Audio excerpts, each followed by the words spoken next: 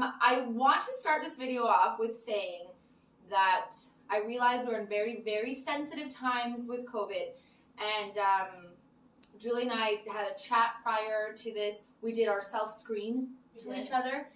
I also, you guys would all be really proud of me. I haven't touched her since I've been in here. That's really hard for me. But we're just trying to do our part and be responsible. But the message I think we wanted to share today was just really, really vital, even more vital because of COVID. So we felt like it was really important to share it, but I also wanted to acknowledge people that we are trying to do our part and be responsible within this setting. All right? All right. So let's get started. So October is Mental Health Awareness Month, and I feel like it can be seen in lots of different ways to people, what mental health means or whatnot. And recently, Julia went through a really, really hard breakup. And as she was going through it, and just was sharing her story, I wanted you to share it, but I also was like, everyone has their own healing and their own process. But I was curious if you want to tell people a bit, especially females who might feel really alone through COVID and they're at home or they're living with a significant other and things are just not healthy, or they went through a bad breakup and they're feeling really alone. How was it for you? How was that really tough breakup for you, and what are you going kind of through right now? And well, first I would probably clarify the relationship itself was quite difficult. The breakup was more of a relief, quite honestly. It was an abusive relationship in many ways. I would say the healing process through this breakup has been completely different than previous relationships. I have learned so much about myself. The healing process has been more so on doing more of my own inner work, which has been very life-giving. I remember I was told at some point you'll look back at this relationship and you'll see this guy as a gift, and I thought, absolutely fucking not. He doesn't get to have a positive word associated with him. Mm-hmm. But where I am now, I can look back and I can say, yes, I do see that. I'm starting to slowly see that. Yeah, definitely. And when you say, just for people, just to kind of understand the context, when you say the relationship was difficult, what does that mean? So that if maybe others are kind of going through that in their relationship and they're not able to recognize it or or understand what they're feeling, what did that look like to you? Yeah, and honestly, it's so easy to look back, and hindsight's 20/20, as we all say. Being in the relationship, I would say, it's communication is hard, or I'm not doing things right, or he doesn't like this about me, or I need to be better in this area. And it always felt like I was not doing enough, I wasn't good enough, I was just totally missing the boat on everything. Just really, really doubting myself in every possible way. So looking back on it now, I can definitely see, well, you know what, part of that was manipulation, part of that was gaslighting, part of that was me being made to feel like I am unworthy or unimportant or unloved because I am this way. When really, you want to be loved because you're this way, or no matter what you're doing, it's not good enough. It's who you are, and it's what makes you you. I remember you saying once, when you were in the relationship, that he just really, really wanted you to keep working on yourself. Yeah. And I love the idea of people working on themselves or relationship, figuring things out.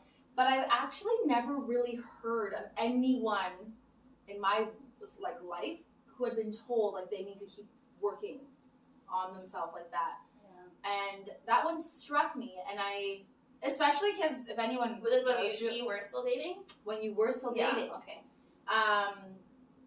And that you were so, you believed so much that there were things that were wrong about you that he saw that was wrong about you that you needed to get rid of or be away from. And how, because again, if Julia's this beautiful, kind, light, full, like, you're just a bright, beautiful person. So even that day, I remember being like, if you need to work on yourself, like my Ryan is screwed. Like, but I just was thinking, how does someone, is it just like chipping away? How does someone make you, like, convince you that you need to do that? Yeah. And how did those steps almost happen for you? And that's super good question. I feel like when people find out about what happened, their first question is always, how did you not leave sooner? Or how did you get to that place? Like, how? Because they do know who I am, they do know my character, and it's a question I'd ask myself a lot, even when we were in the relationship. I remember going to bed often just thinking, this is not okay, like, this needs to stop. But how it starts is it's slow. It's a really, really slow build, and I can say this now because I've read on it and I've thought and reflected, and I've kind of built my own awareness over what happened. But when I was in it, I had no idea what was going on. But looking back on it now, I think it's called trauma bonding is how it starts. And that trauma bond is a cycle in and of itself. It's kind of like a hot-cold cycle. So it begins by, it's called love bombing. So just a lot of attention, positive attention, a lot of building you up and encouraging you and loving on you, and just them wanting to spend a lot of time with you. And honestly, I am a really independent person, so a lot of the initial attention was like, whoa, that's a lot. I need some space. But it was also really nice attention, and he was a wonderful person. So of course, I wasn't going to say no to that. Mm-hmm. It was enjoyable. We did a lot of stuff together, and it was fun. And obviously, you start to fall in love with the great sides of this person. Like, that's not all a scam. Like, there are positives in everyone. I do fully believe that. It's just the way that they're used is unfortunate. So it's the love bombing. It's the building trust and dependency. So I begin to trust him and depend on him, and a lot of my happiness is kind of rooted in him, how he feels about me, which will go to like a totally different place of where is your worth found. It shouldn't be in someone else. And then they slowly start to pick away, critique you in little areas, but they do it almost out of a place of love for you, but they're critiquing little things about you and like asking, are you sure you want to do that? Is that what you mean to say? Oh, your friends are this way. Oh, your family's like this. And like just picking everything apart, and then you really start to question your own reality, your own perception of things. So that's called gaslighting. When every perspective that you have is, you start to doubt. And I come from an unbelievable family. I have amazing sisters. My parents are amazing. I have supportive cousins. My friends are like my family. I have the best friends in the world. She has real good friends. I do. I infiltrated the friend group, and that's why I'm sitting here today. Yes, you are. And that's one thing that actually breaks my heart quite a bit, because I think of the friends that I have and I've been so blessed with, and the fact that these thoughts could come into my mind and these beliefs about these people, these women I've surrounded myself with, because they're amazing people, and I have just started to doubt who they are. I've doubted what our relationship has been because of the things that he would say about them, and was made to feel like, oh, are my friends not good? Do I have friends who are not supportive? Is my family unhealthy? And like just like ridiculous thoughts. And like if anyone who knows our friends, anyone who knows my family knows that that's just a crazy thought, because they are the most loving and supportive people in the entire world. That's also a good point, just like for people to recognize, like, this is someone who clearly like knew and knows how much she loves and values those people, but to have felt like in a place where you were like doubting and questioning, to have been like, if anyone's hearing that and you're feeling like something similar is going on, I think that was like on the outside looking in at your situation, that could be a really big an indicator that is something off. Because it's always interesting when there's like one friend or maybe one person but when it's just kind of everyone that you love so much has all of a sudden become, in your perspective or in his perspective, a negative. Yeah. Ooh, yeah. Like, that's heavy. And yeah, and it's isolating, which is part of it. Like, part of the cycle that is being built. So it's the love bombing, the building the trust and dependency, the critiquing and the gaslighting, and then it kind of continues to go towards like kind of giving control away, which is a thing I definitely struggled with, and it's something I'm working through now. But you so badly want to get back to that place of like the first stage where it was all positive attention and love and fun and exciting, and how do you get back to that? Well, just whatever you want me to say, I'll just say it. Whatever I need to do to make you happy, I'll just do it, because I don't want to argue anymore. I don't want you to be mad at me for things I don't understand. So to just kind of giving in control, and in doing that, you lose yourself. You really do lose yourself. You don't like that friend? Okay, I won't see them anymore. Oh, I see my family too much? Okay, we won't go out there anymore. Or I don't cook a healthy enough meal. Okay, well, I'll do this for you. Or it's like whatever they need, their needs and their wants are the priority. And it's recognizing your partner's this way. This is what they need and this is what they want. And loving them for it. Not loving them because they're not who you are or what you want. Yeah. That's part of like the unconditional love, which I really don't believe I ever experienced with him, despite words that he did say. But it was very conditional. It was, if I did this or did that, if I acted this way, if right. Conditional.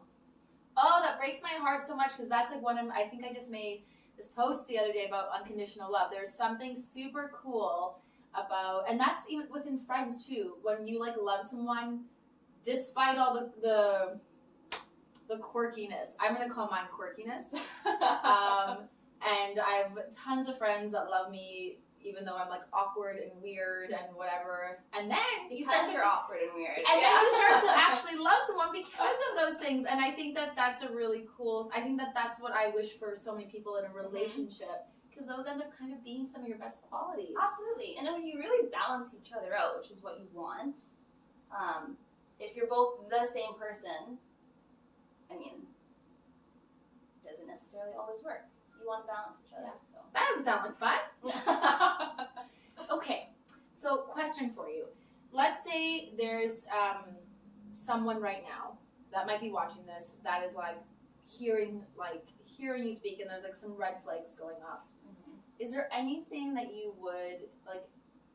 I don't want you to feel like I'm advising someone to do this, but like just from your heart, is there anything you would say to them, like get out, or try to understand this, or reach out to maybe someone you do really trust, or something? Is there something that you would say to them that might resonate with you? Yeah, that's a hard question. Because when you're in it, like, you do love the person. You really do love them. That love may be rooted in something that's not stable or unhealthy, but the love is there. So it's hard to just say, well, if he's yelling at you, if he's mad at you, if he's isolating you, then just like pack a bag and leave, because there's still like that attachment is still there, which is the purpose of a relationship, is building a healthy attachment. But I think really just if you have that gut feeling, which I always did, but I also had a lot of fear. So you need to find someone that you trust to maybe give you an outside perspective. If that's a therapist, if it's a pastor, if it's a family member or friend. But I know that for myself, I was really afraid to talk really openly and honestly with my family and my close friends, because I knew that as soon as I said anything, they would say, get out. You need to get out right now. And I didn't want anyone to tell me that, because I think I did in my gut know it, but if someone said it, that made it very real. Well, and I wonder too if people even sometimes, if they're in it and they're hearing you, they're like, well, maybe that's what she's going through, but my situation isn't abusive. This, like, it's different. And even labeling it as abusive, I know that can be really hard even in itself. Like, oh, this isn't actually an abusive relationship. It's like, oh, we just view things differently. Or he gets mad sometimes, or I get mad sometimes. And it's not just the guy, it's also the girl, just to clarify that. Sure. And yes, every relationship is different. My circumstances won't necessarily be someone else's relationship. So all I can do is speak from what I went through and my own experience. But at the end of the day, it has to be you choosing to leave. And he broke up with me. I wasn't even the one who left. So I actually had a lot of shame around that fact. So when people would find out, they say, oh, well, good for you for getting out. And I would say, I didn't even do it. He did it. I thank God, though. I'm so grateful every day for that. I do believe I was saved from that relationship, but I don't know, your question is hard. I don't know, being in an abusive relationship or just an unhappy relationship, it doesn't need to be abusive. I think you really need to sit and reflect on, am I happy? Is this a relationship that I can see, is it building me up? Is it encouraging? Do I feel a greater capacity to love by being with this person? Or do I feel depleted every day? I think that's And the scared one, I think that, like, you've said that word, like, a lot. Like, I was scared, there was, like, fear, and not, like, that doesn't need to mean, like, being, like, hit or, but, like, the fear of, like, making that person upset or not doing the right thing. Yeah. I think, that one breaks my heart for you and for anyone that goes through this, because I feel like that should not be a word that you associate with your relationship. So that even in itself could be like a big indicator of just something that's off, something that's going on. And for anyone that maybe has figured out that this is theirs and they have gotten out of it, I know you're just like amazing when it comes to trying to build self-awareness and journal and do those things.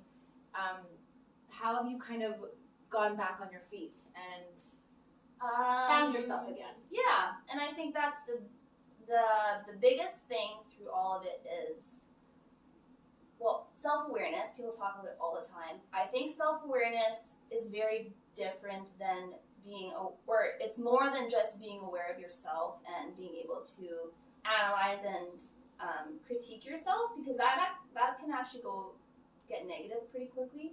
Like if you are picking yourself apart all the time, you're being self-aware, but it's negative. So I think self-awareness is actually a lot of, like, I think it's rooted in self-acceptance. I think you actually, sorry, that is nice. I love that. Like maybe we should all be a little less self-aware and a little more self-accepting. Yeah, like it's a balance. I feel like absolutely. That's wonderful. Yeah, thank you very much. We're putting that on a blanket. Yeah, I love that. Accepting who you are, and I mean that's where your self-worth comes in. For me, my self-worth is rooted in God and Christ, and that is something that I did lose in the relationship. And that's like getting back on my feet. It's journaling and feeling safe to journal again, because that was taken from me. Yeah, the mornings are my space to journal, to read my Bible, to pray, to just listen to music and get myself in a really healthy, grounded mindset. So that has been incredibly important, and I used to do that all the time, but I mean, in a relationship, and not negative or like not to say that it was taken away in a bad way, but as soon as someone else is around, things change, and that's totally fine. But recognizing that part of my day is so important, and I need to set it as a priority, and I need to not give that up for something else. Yeah. So surrounding myself with people I know who love me, And thank God for my friends who recognized, maybe not fully, but a little bit of what was going on and did not leave. And I'm so forever grateful for them. But surrounding yourself with those people who love you and care for you and who can just say, hey, I know you're having a hard day. We don't need to talk about it, but let's just hang out. Let's binge watch Grey's Anatomy and have a lot of wine, or let's go on a walk, or let's go to church on Sunday. You haven't been in a while, or whatever it is. They know me. They know the things that build me up and encourage me, and they encourage that for me. So, but the things that I do for myself is that space in the morning. You brought up your friends, and I remember I actually was in the vehicle one day when we found out stuff was going on with one of your very dear friends, and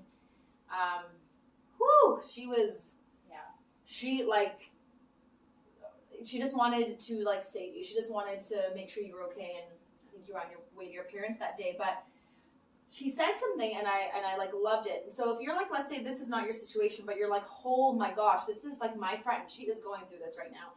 But she said something and it really resonated with me. She said, I could not tell her when she was going through it because nothing was going to pull her out of that. Like nothing was all I could do was just make sure she knew I was going to be here and I wasn't going anywhere. That was like all and I think even that, like if you're feeling like lost for what you can do as a friend, just making sure that you know that you're there, even if there's something weird about kind of pushing you away or whatever, just knowing that you will be there for your friend at the end of the day, whatever that looks like. And that was her only strategy because that was all she could kind of do at the time. And she was also scared of losing you by pushing you out of that. Yeah. So just again, knowing that this is from all sides, that maybe there's friends that are just trying to figure out how to help out their friends. Totally. So, and that's one thing we have talked about. And she said, I knew something wasn't right. I knew things weren't okay, but I also knew I had to keep one foot in the door because shit would hit the fan and you would need me, and that's exactly what happened. Yeah. And man, I am just so blessed with amazing girlfriends and sisters who know me so well and who just love me. Like, am I deserving of their love this past year? No, I'm not. But that's unconditional love. Is there anything else just with your story that you want to share before we close it up today? I think the biggest thing, I would say the biggest part of my story right now is not even the relationship or what I went through, but it's about the work that happens after and that self-acceptance piece, that self-worth piece. And I could point all the fingers at him. I can do that, and I did. But at the end of the day, it's not going to get me anywhere by doing that. The work has to be in yourself. So yes, all that stuff happened to me. Yes, it's sad. Yes, it was hard, etc., etc. But at the end of the day, calling him the gift? Like the gift was that I have now this very specific, unique perspective of myself. The areas in myself that, like even my own values, I think my values I had established in my head. Like this is what I believe, this is what's important to me, blah, blah, blah. But going through the relationship, I realized those values were not rooted like in my heart. So moving from like a head value to more of a heart value where you want it to be rooted is something that I've recognized for myself, and I really do want that. And moving forward into new relationships with guys or just family and friends, I really want to be clear on who I am, to love who I am, to not be ashamed of certain values or certain things that I do or who I am, or I said who I am a million times. Just being rooted in love first and foremost, and just accepting it and loving it, and not feeling like I have to bend over for someone. And if they aren't willing to love me for it, then they're probably not meant to be in my life, and that's okay. Not everyone has to be for you. That doesn't mean you don't have to love them. That's going to be the second blanket that we make. I'm all about the merchandising here. But not everyone needs to be for you. Yeah, and that doesn't mean anything about who you are. I think I don't like every guy that's come across my path, and I'm sure lots of guys haven't liked me, and that's fine. That should not ever translate into I don't have self-worth, or I'm unworthy, or I'm unimportant. Well, if you were for every single person, like, you'd have zero capacity left, and vice versa. So, like, you're made specifically for someone to love that part of you. Yeah. If that makes sense. But yeah, I love that. Oh, thank you so much for sharing your story. I think sometimes we don't get to hear as many of these stories as we should, because it's a hard thing to talk about. And so I just want to thank you for being courageous enough to share that. And I hope it resonates with some people, whether they're going through it now, maybe it was in the past, maybe it's just, oh my gosh, I totally know what she's going through. Because I feel like all we hear are all the really great, positive, like, fabulous stories, and this is like the real stuff. And in some ways this is like the good stuff. This is the stuff that's going to get you to the next chapter. Totally. And like, so much good can come from pain. Like, a lot. Absolutely. Yeah. Okay, well, I love you so much. Thank you amidst all the COVID stuff. And please, like, check in with people. Like, we're just talking about friendship. Like, be the friend that just, like, checks in, is like, hey, how's it going? How are you feeling with everything? Even if you're, like, annoying, like, even if it's, actually, I feel like I did that. She was like, checking in today. It doesn't, even if it's just, like, awkward, check in with people. There's stuff going on right now outside of COVID, but COVID just kind of has put it on a bit of a heightened platform, because now people that have usually at least gotten an escape and are able to kind of talk things through or whatever, they don't have it anymore. So just, even if it's virtual, I know we're, like, all exhausted from screens and everything, but call them. We can even call people. We can do that. The phone works for calling. I love sending voice messages. Yes, you do. That is my thing. Love you for it. She loves me for it. If you don't like that, I would suggest you not be my friend.